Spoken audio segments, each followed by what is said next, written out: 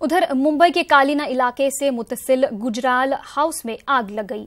आग सुबह 11:51 पर लगी थी। आग पर काबू पाने के लिए फायर ब्रिगेड की टीम मौके वारदात पर पहुंच गई है और आग पर काबू पाने की कोशिश की जा रही है।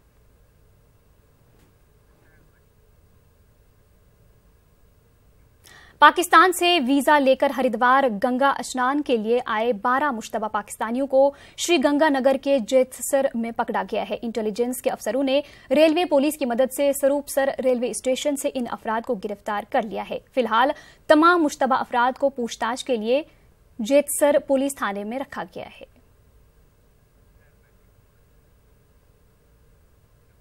ग्रेटर नोएडा के ओमिक्रॉन के लोटस अपार्टमेंट में एक लड़का और लड़की की लाश मिलने से हलचल मच गई है। इतला के बाद पुलिस ने लाशों को अपने कब्जे में लेकर जांच शुरू कर दी है।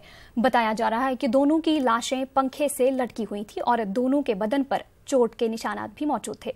मकामी लोगों के मुताबिक दोनों ने खुदकुशी की है। दोनों की पहचान भी हो गई है।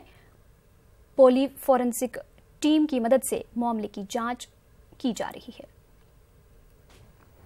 देखिए, थाना सूरजपुर अंतर्गत एक सोसाइटी है ओमिक्रॉन 3, उसमें एक लोटस वेलफेयर सोसाइटी है जिसमें फ्लैट नंबर 103 में सुबह सूचना मिली पुलिस को कि 2 लोगों के शव फंदे पे लटके हुए हैं। सूचना पाके तत्काल थाने की पुलिस मौके पे पहुंची, सीनियर ऑफिसर्स भी मौके पे पहुंचे तो एक लड़का और एक लड़की दोनों के शव एक ही फंदे पे लटके हुए पाए गए। प्रथम दृष्टया ये सुसाइड का मामला लग रहा है। बॉडियों को पोस्टमार्टम के लिए भेज दिया गया है। आगे की जाँच जारी है।